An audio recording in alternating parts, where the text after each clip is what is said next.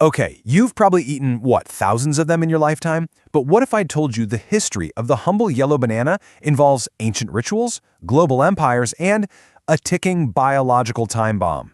Welcome to today's Explainer. We're looking at something small, yellow, and honestly something you probably have sitting on your kitchen counter right this second. But this story, it is anything but ordinary. We're talking about a sweeping 10,000-year epic packed with adventure, unbelievable power grabs, and a very real modern crisis. I promise you, by the end of our time together today, you are never going to look at a banana the exact same way again. Take a look at this. 8,000 years ago, the original wild banana, well, it really didn't look like much of a snack.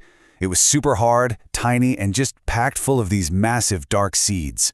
It grew deep in the dense, warm jungles of Southeast Asia, and honestly, it was virtually inedible. Now contrast that ancient jungle plant with this smooth, sweet, perfectly seedless fruit we just grab at the supermarket today. The wild version looks almost alien compared to our modern staple, right? That sheer difference immediately tells us that something absolutely extraordinary had to happen to transform this plant. And that brings us to the core mystery of today's Explainer. How exactly did we go from that hard, strange, seed-filled jungle plant to a fruit so incredibly dominant that it quite literally started wars, shaped sovereign nations, and built massive global empires? We're going to trace this unbelievable journey step by step and uncover the human ingenuity, the sheer greed, and the microscopic enemies that totally define the banana's march across the globe. Part 1. The Ancient Jungle Origins, from wild plant to sacred fruit. Let's rewind a bit. To answer our question, we have to travel back over 8,000 years to the deep, lush jungles of Southeast Asia and Papua New Guinea. This was way before ships and cities, long before most of the modern world had even been mapped out. The banana was just growing quietly along the riverbanks. I mean, we're talking older than the pyramids of Egypt, older than Rome or Greece. But here's the thing. Early humans didn't just stumble upon the modern banana waiting for them on a tree. They actually engineered it through this really remarkable process of domestication. The people of ancient Southeast Asia were incredibly smart observers. Think about the immense patience this took. Over generations and generations, early farmers deliberately selected only the absolute sweetest plants. They purposefully bred out those tough, dark seeds and replanted only the best shoots year after year. By around 8,000 years ago, communities in Papua New Guinea were already actively farming them. And it wasn't just food either. Actually, it was far more than that. The tree was considered sacred, they used its broad leaves in local ceremonies, and the fruit itself was literally offered to the gods. Tracing its journey on our timeline here, we start with that early farming, 8,000 years ago. Then we watch this sacred plant slowly hop across the globe, as early traders and explorers carry it to India, Africa, and the Middle East. But notice how the pace of change suddenly skyrockets. We hit the 1500s with ocean crossings, then boom, the 1800s where industrial steamships completely globalized the trade, leading us right up to a massive, totally defining biological pivot in the 1950s that changed everything about the bananas we eat today. Which brings us to Part 2, Crossing the Oceans, the Age of Exploration and Steam. For this fruit to make its massive leap into becoming a truly global commodity, it had to cross vast oceans and enter the ruthless age of industrialization. For thousands of years, remember, it was just a beloved staple strictly trapped in warm tropical climates. People in Europe and North America had literally never even seen one. The journey really kicks off in the 1500s, when Portuguese sailors tasted them in West Africa and brought the plants across the sea to the Caribbean. But the true game changer hit in the late 1800s. Steamships are crossing oceans in days, railways are crossing continents in hours, and suddenly we have refrigeration. It was the perfect storm. An American businessman named Minor Keith saw an untapped gold mine. While he was building a railway in Costa Rica, he just started planting bananas along his train tracks, used his own trains to move them, and shipped them fresh to North America. And the public? They went totally wild for a fruit that was consistently sweet, cheap, and magically came in its own sanitary wrapper. Now for Part 3, the empire's dark side, commerce, control, and tragedy. As this business exploded to meet soaring international demand, it brought immense, unprecedented wealth to a select few. But we have to look at the very heavy human costs that quickly followed. The staggering opportunity here led massive corporations to buy up sweeping tracts of land across Honduras, Guatemala, Colombia, and Costa Rica. It quickly became a story of staggering commerce and rigid control.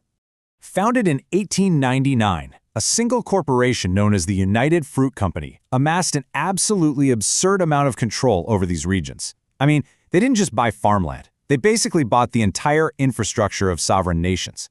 They owned the railways, controlled the shipping ports, managed the telegraph lines. They employed hundreds of thousands of local workers while holding these incredibly powerful political connections back in Washington. The nations they operated in were derisively called banana republics, specifically because their own governments held very little real power compared to the immense, totally unchecked weight of this foreign corporation. And the tragic reality of this extreme power imbalance? It reached a breaking point in Colombia in 1928. Thousands of banana workers went on strike. They were simply asking for fair wages, 6-day work weeks, and basic, safe working conditions. But deep corporate influence prevailed. The Colombian military was deployed to forcefully end the strike, and the result was a devastating massacre. An unknown number of workers, estimated by many accounts to be in the hundreds or even thousands, were killed. It is a deeply sobering reminder of the very real human cost embedded in our early global supply chains. The gravity of this tragedy was so profound, it actually left a permanent scar on the region's cultural memory. It was famously immortalized in Gabriel Garcia Marquez's literary masterpiece, 100 Years of Solitude.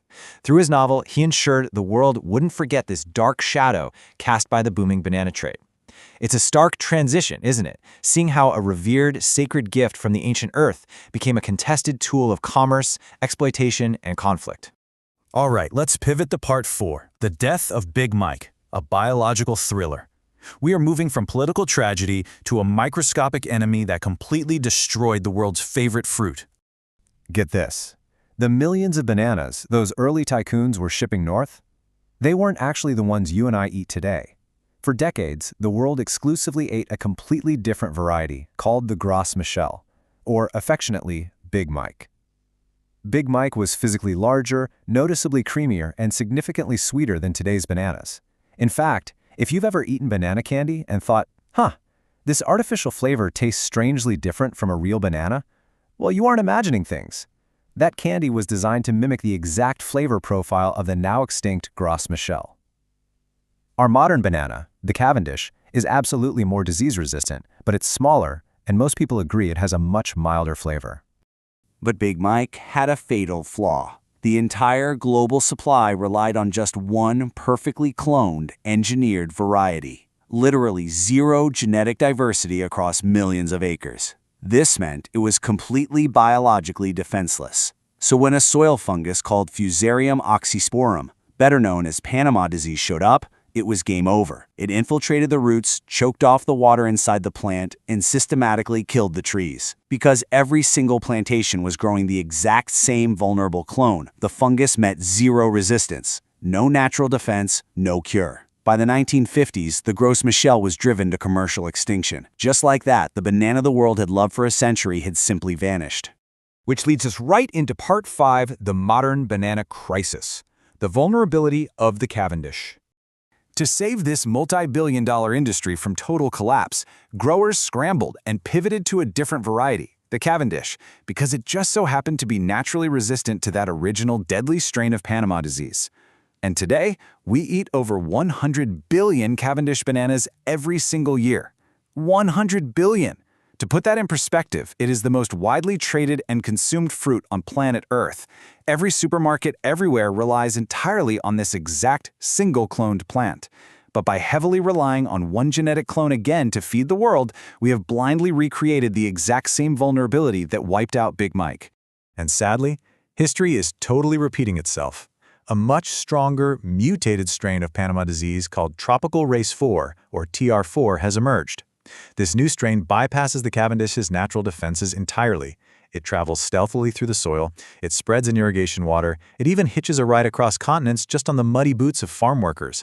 Once TR4 infects the roots, it completely devastates the plantation. It's already swept through Southeast Asia, Australia, the Middle East, Africa, and parts of Latin America. And as of right now, there is no known, widely available cure. But we aren't giving up without a fight. Because millions of livelihoods and a massive global food source are on the line, the scientific community is fighting back on multiple fronts. Researchers are desperately searching for naturally resistant varieties. They're using cutting-edge gene editing tech to try and genetically fortify the Cavendish against this fungus. But my favorite part? This fight for survival is taking us completely full circle. Scientists are actually journeying back into those deep, ancient jungles of Southeast Asia, studying those original, tough, seed-filled wild bananas we talked about at the very beginning. They're desperately hoping to unlock their ancient genetic strength to save our modern fruit. So we've walked alongside the first farmers 10,000 years ago, sailed the Atlantic with Portuguese explorers, stood in the heavy shadow of massive corporate empires, and watched biological thrillers unfold in real time. It is a story with incredibly dark moments, for sure, but ultimately, it's a phenomenal tale of resilience and human ingenuity. If a simple, humble yellow banana has a history this epic, just think about the secrets hiding in the rest of your grocery cart.